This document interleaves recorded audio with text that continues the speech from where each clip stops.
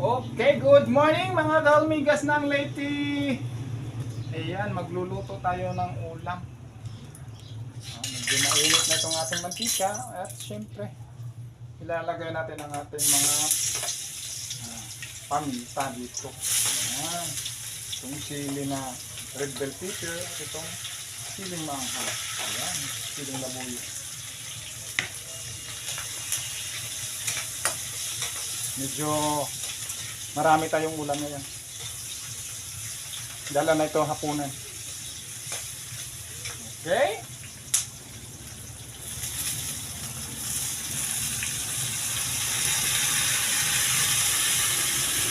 Yan!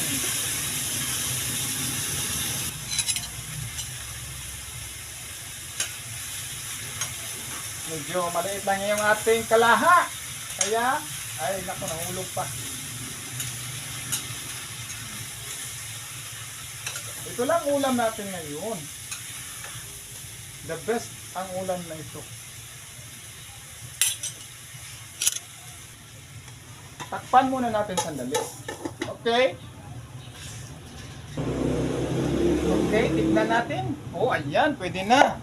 Meron tayo ditong panimpla. Ito ating secret na ingredient.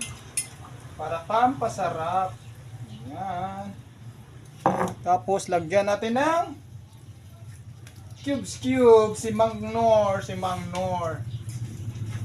Ayan, ang sarap nito. Tapos, hindi mawawala itong ating si Mama.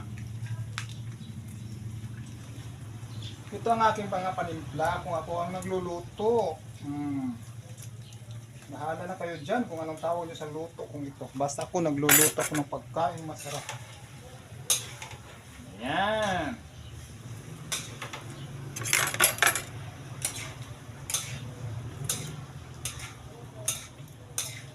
Lagyan natin ng kunting tubig para mayroon namang sabaw-sabaw.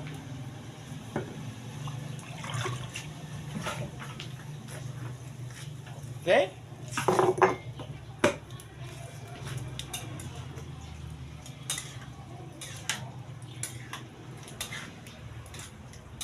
Mahilig kasi tayo sa steaky na pagkain. Itong sabaw ay steaky po ito. Yan. Masarap ito. Okay?